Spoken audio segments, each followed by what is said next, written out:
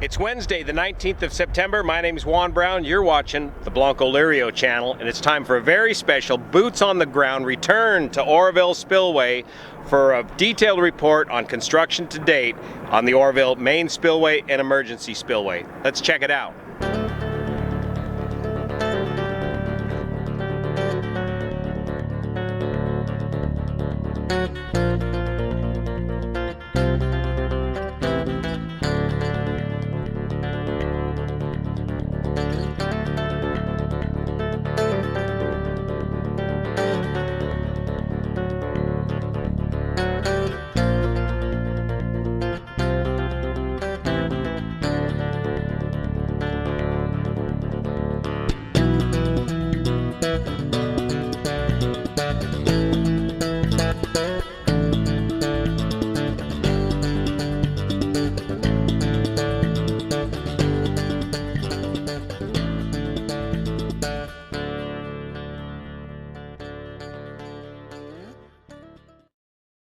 It's 19 September 2018. I'm in the car with Jeff Peterson of Kiewit Engineering and Aram Bedrosian from DWR. We're going to go take a look at the Oroville project. Let's check it out.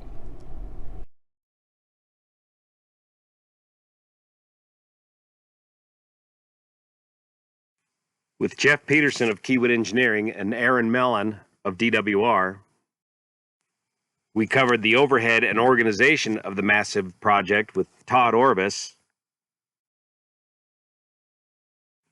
took a tour of the emergency spillway and the tie-in buttress with the original OG weir, answered some questions about the use of cranes in the main spillway, and got an idea of the flood plan for this season and future seasons at Oroville. Here in part two, we're going to climb down into the main spillway and take a close-up look at the construction details of the structural concrete, take a tour of the structural concrete plant, and then get a close-up view of the rebuild of the dentates or diffuser blocks at the bottom of the spillway.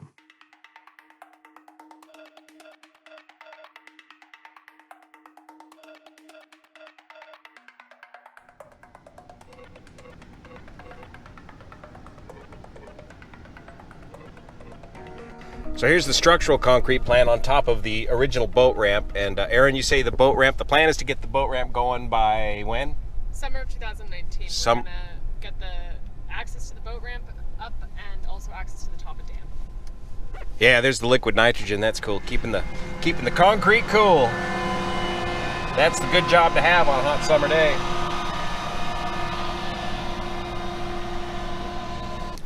So here's the old boat ramp from the main boat ramp facility, now used for storage.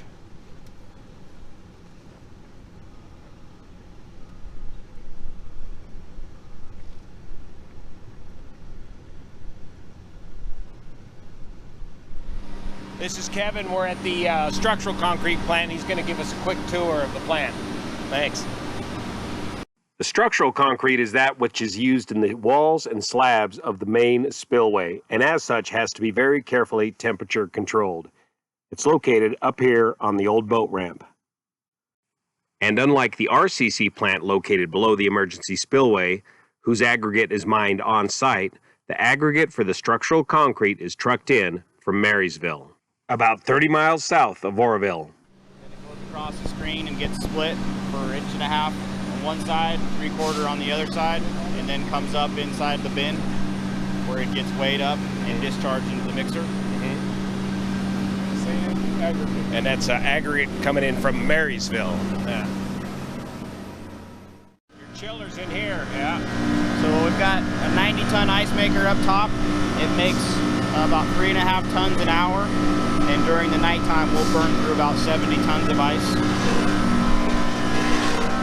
Ice and liquid nitrogen is added to the concrete mix to prevent it from setting up too quickly during these hot temperatures.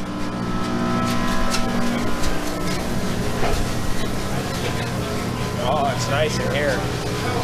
Oh yeah. Nice and cold, so we're making ice right now. Yeah, slushies. Oh yeah, there's a conveyor belt. So this door will actually open up, and then there's augers in here, and they'll feed the ice to the main auger and the auger all the way up to the weigh hopper. And so where does the ice get blended into the mixture? Up there at the aggregate, the hopper? Yeah, as the rock and sand get discharged onto the belt, the ice gets put on at the same time, so it's blended in there, and then it goes up into the mixture and mixed up. And from there into the truck is pretty quick? Yep. Yeah. And then liquid nitrogen to top off any differences in temperature you need? Yeah, it'll come out of the plant between 45 and 55 degrees, depending on the temperature of the night. And then from there to go to nitrogen, we're dropping down to 40 degrees. Wow. And that temperature is checked every truckload, pretty much? Yeah, it gets checked at the placement. Yeah. Now it's time to drive down the temporary access road located on the emergency spillway to the main spillway below. There's your cap, looks like. Yeah.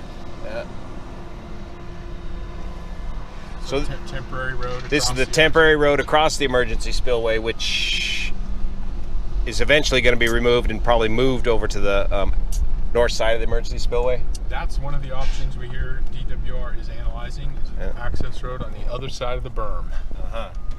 And here's your typical RCC berm that gives you the walls or the sides to the emergency spillway.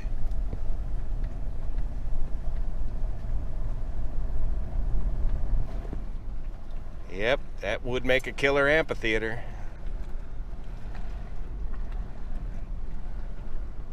Aaron, maybe we'll have to put the band out here for the final part. Yeah. Sit in the amphitheater. I still think we need to watch Jaws. Like we'll screen out on that. And this is all RCC plant right here. That's correct. And it's back up and operating.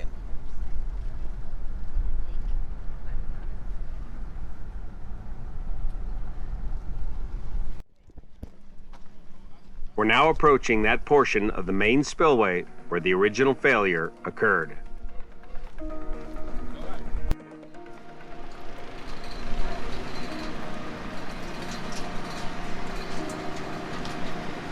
Wow.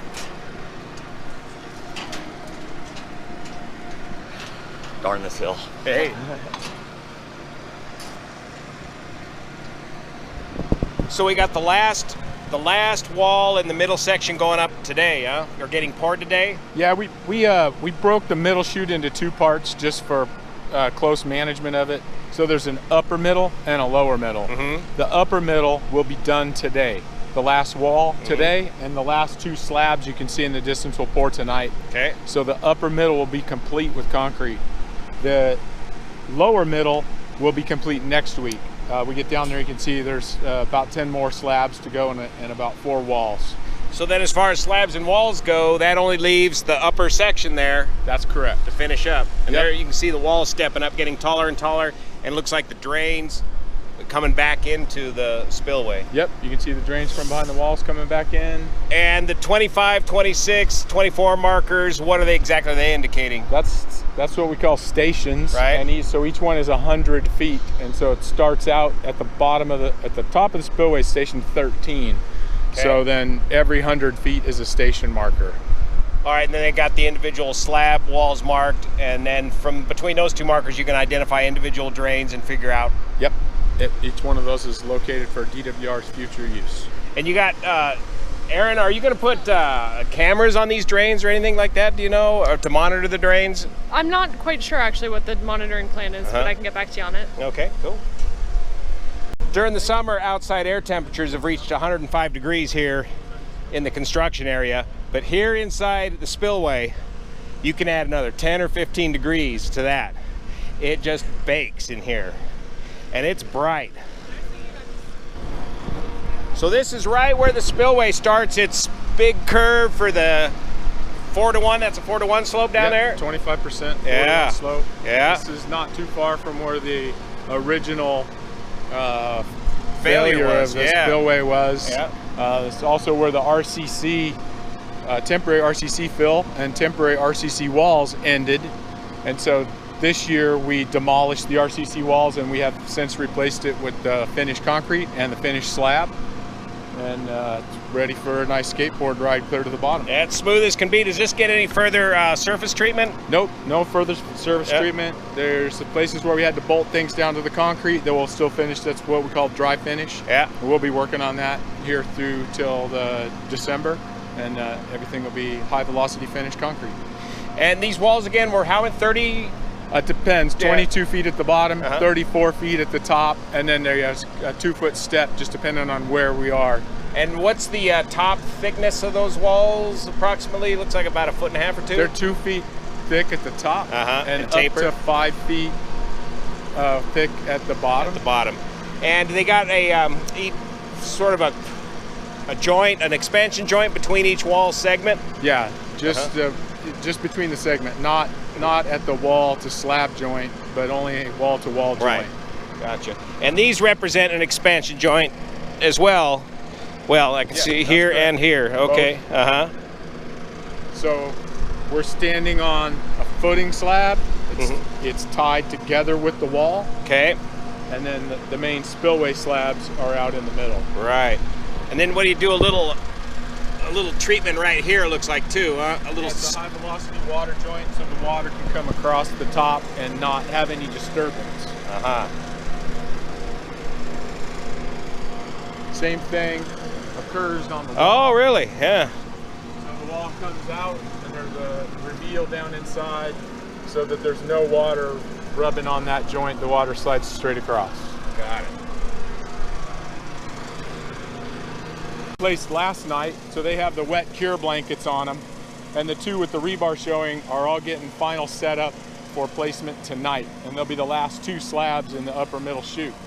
Gets kind of loud over there, but we'll head over there and take a look at it and kind of see some of the finer details of a slab ready to pour. And you got some foggers to help keep the temperature it helps down keep on the the temperature concrete? down and the moisture in the air up. It helps with the finishing. They leave these foggers on here for most of this first day to keep the blankets wet. They'll move them when they're ready to start setting up for the next pour. And no more issues with setting up too fast as the temperatures have cooled down now? No, we got it pretty well dialed in. Good. DWR and worked with us, and we modified the mix design, and things have been going really well this year. Excellent. These are windscreens to help keep the wind off of the finishing crews in the finished concrete so they can get a good finish on it without the wind bugging them. Tell us a little bit about that size of that rebar in that slab there. 2 mats. We have the top mat's epoxy, bottom is black bar, overall 125 cubic yards of erosion resistant concrete. And what's the size of that rebar? What number is that? Number 8 on the bottom, number 9 up top, I believe. And about, what, 12-inch on center? Roughly 12 inches on center, yeah. And then the big anchor bolts that are going way down deep into the RCC. Correct. Yeah, we have our anchors. They range, they're 15 to 20 feet deep, I believe. But I can get back to you on that. I'll confirm. All right, and then a joint in between. The rebar is number 8, top and bottom? Top and bottom, that's correct. 10.5 inches on center. 10.5 inches on center. Yes, sir. Very good. Excellent. Thanks. You're welcome. Thanks. If you go back and look at the pictures of the original spillway, you'll see this is nothing like the original spillway design. State of the art. Unlike the Oroville Dam, which was built to the state of the art in the early 60s by Oro Dam constructors, the spillway at Oroville was built using acceptable standards of the day by a young engineering student just out of engineering school. This original main spillway design consisted of a thin layer of concrete, is in some cases as little as 7 inches of concrete coverage over the herringbone terracotta drain patterns, and a single row of reinforcing steel rebar towards the top of the layer. And much of the spillway was placed right on top of compacted clay rather than clean bedrock. This design began cracking almost immediately upon placement over the thin portions over the terracotta drain pipes.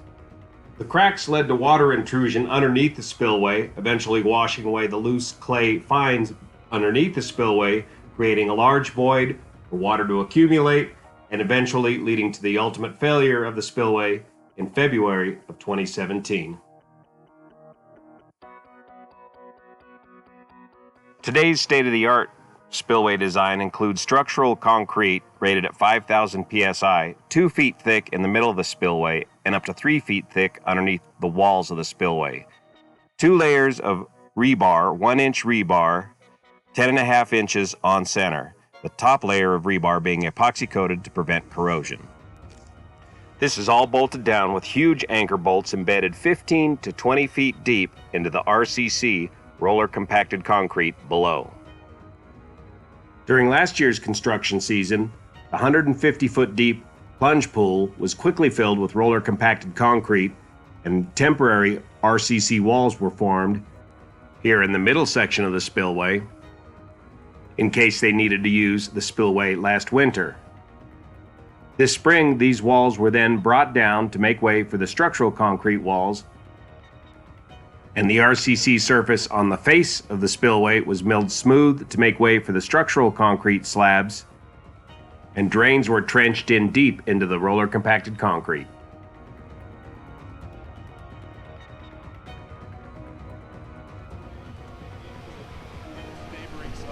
Right, so there's your water stop that should prevent water from getting down in between these slabs. But in case they do, that's what the whole drain system is for. What's the final strength of this concrete? Do you remember? It's 5,000 psi. Okay. It actually gets stronger. That's the design strength. Now let's go down and check out the last wall pour for the middle section of the spillway.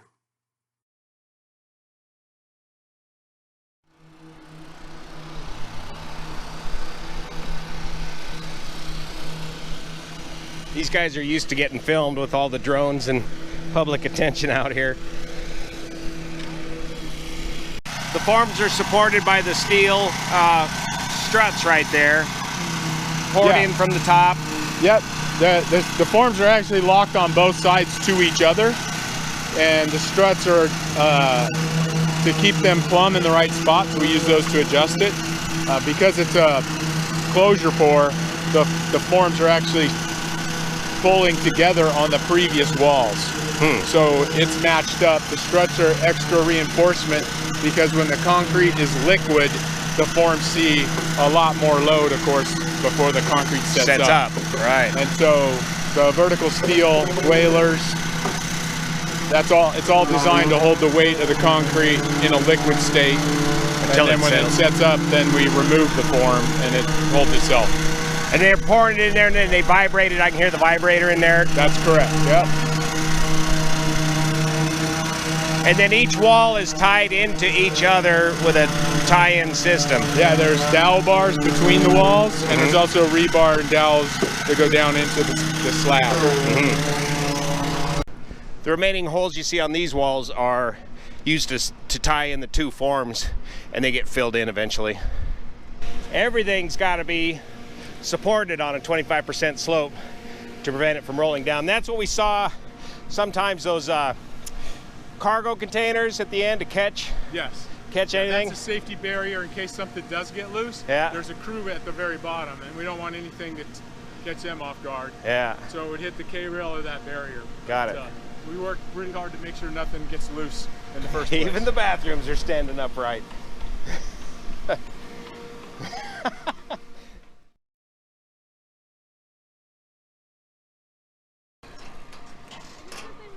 Now let's take a quick look at the drain system where it drains back into the main spillway. The drains under the spillway are plumbed to the outside of the structural concrete walls, then they're run downhill on the outside of the structural concrete walls, and then poke back through the walls and drain back to the inside of the spillway where they can be monitored. All this will be eventually backfilled.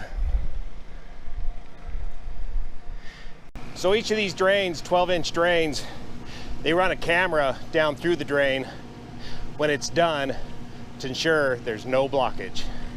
And then you can run a camera down the drains in the future if you suspect a problem.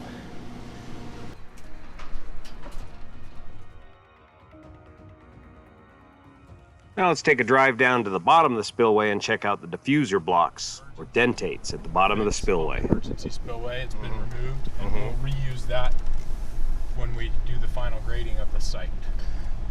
So as you were saying, the RCC from the temporary RCC walls are being recycled and turned back into road grade. Yep. And those rocks, what did you say those rocks are going to be used The for? rocks that we just passed, or what we removed from the emergency spillway. That was the grouted riprap that was placed during the original emergency event. So we've removed it, and we're going to recycle that into the final grading plans of the job. And Aaron, there's a whole bunch of erosion control and what do you call it, beautification measures. Yeah, there will be a bunch of mitigation on the site after construction's complete. That's kind of what you'll see happening in early 2019.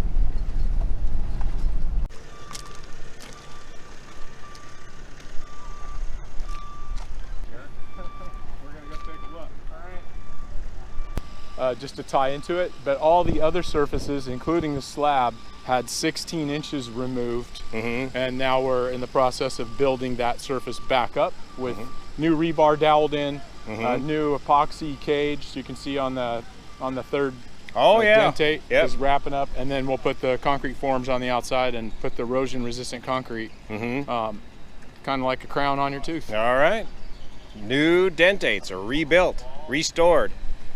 And then we got, what do we got down here below the dentates? That looks new. Yeah, it's just an access road. We had no access to come in here, and so we actually used RCC from the job to build a pad on a clean foundation that gave us access to get our equipment down here and not be in the way of the spillway construction on the other side. And then what's going on over here? That's the plunge pool. The plunge pool in the pond. And that's going to just settle out, and that road will eventually get removed before the spillway's ever turned on. Into the Thermalito diversion pool. 16 inches of the original surface has been removed, and anywhere we could salvage the old rebar, we did. And then we insert new bolts and rebar, new dowels and rebar. The forms will attach onto here, and then we'll put the rebar mat, which we'll see on the next one over, and then the concrete forms and new ERC concrete. So they'll be all resurfaced, renewed. Yep. There's your epoxy. Oh yeah, it's heavy duty. Still have a few more to put in. Yeah. Oh, you can see some of the old rebar. It's kind of sparse.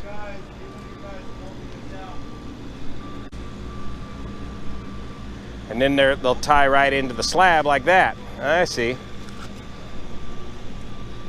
Here's your slab tie-in. Do you give them the line? This one needs to be pumped out. Yeah, I want it pumped out. You said we had holes though? Yeah, you got 29. You get a close-up of DWR taking footage. Oh yeah, here they go. There's their, look at all the fancy equipment they got. Look, man, all you need is a little tiny GoPro.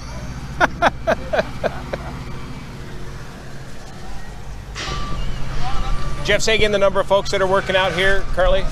On the Kiewit team, there's about 710 people. Includes 100 subcontract employees and about 120 full-time staff, and the rest are craft union workers. And you're working 2 10-hour shifts starting at? Yeah, most of the guys start about 6 a.m. Some of the crews are on different shifts, but most everything's 2 10-hour shifts.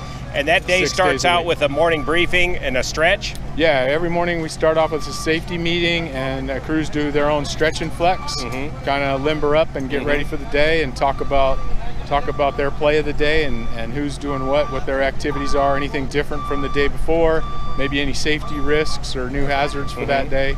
Make sure everybody's ready to go to work. And all these guys are union guys that go through a local union shop that from their profession? Yeah, that's right. Every trade has their own dispatch office or local union hall, and so we call them when we dispatch employees out. They come out and get signed up, and so they're based out of there. Some of them work for us lots of time and go from job to job, and some show up for just this job because it happens to fit their location or they're out of work from somewhere else. So, and nobody gets hurt. Nobody gets hurt.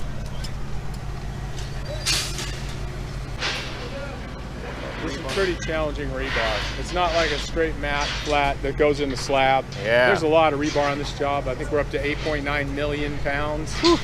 And this is pretty intricate. Yeah. A lot of bends. It's like a jigsaw puzzle getting put together. A big 3D puzzle here, yeah.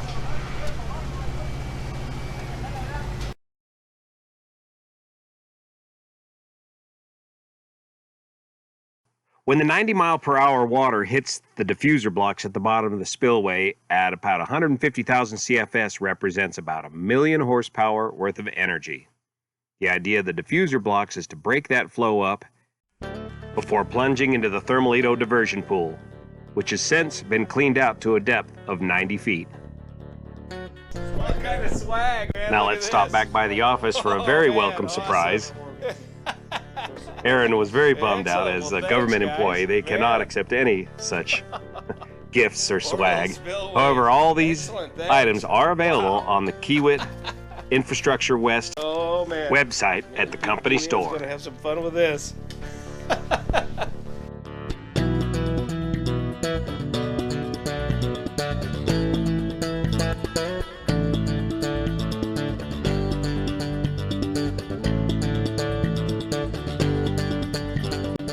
It's truly an honor and a privilege to work with these folks and get the once-in-a-lifetime opportunity to report on such a historic event.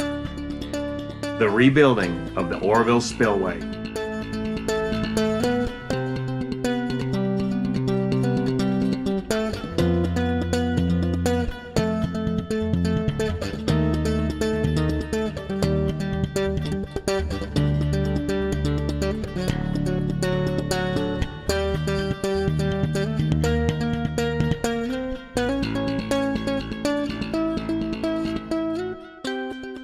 Well, I had a great time exploring the project today. Got a lot of detailed questions, a lot of your detailed questions answered today on the spillway construction to date here at Oroville. During our tour today, Erin Mellon, the DWR spokesperson, pulled me aside and asked one of the most profound questions I've been asked so far about this. She said, "Why do you care so much, Juan, about this project?"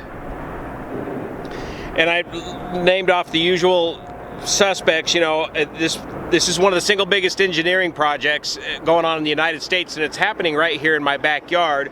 I understand this project.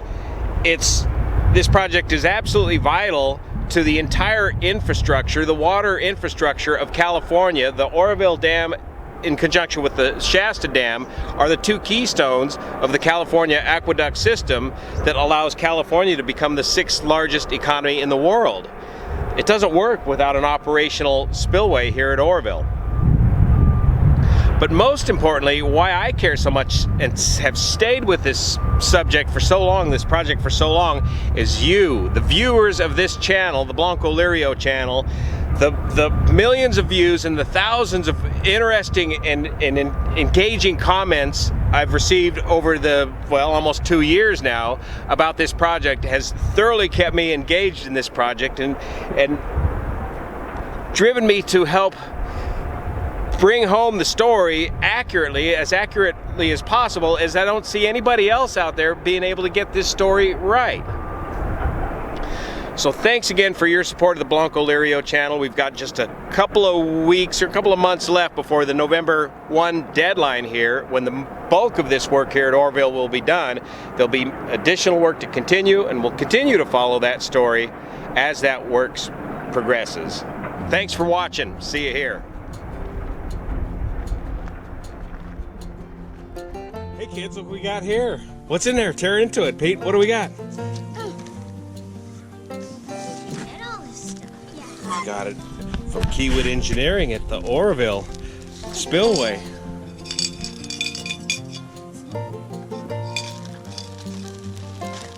What's that? A towel? Yeah? What's that, Pete? A keychain? Yeah, like, call it a D-hook? A D-ring? Yeah?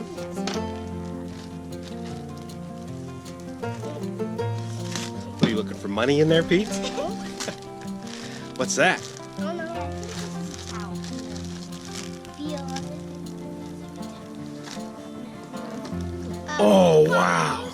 What are those? Ping pong balls, just ping pong balls. Those aren't ping pong balls. Those are golf balls. That's right. What's that? Look at that. You know what that is? No. Wow. And it comes with a free bag too. Yeah, look at this bag. It says Kiewit. It's Look your at bag. that. Hold that up, Pete. It's mine. Hold it up under your chin so you can see it on the camera. Here's the towel. Oh, Wow. look at the towel. Wow, that's big. That's my. I'm gonna go hide from. You're gonna go hide my belt buckle? I want my belt buckle. No. You know I need run, Pete.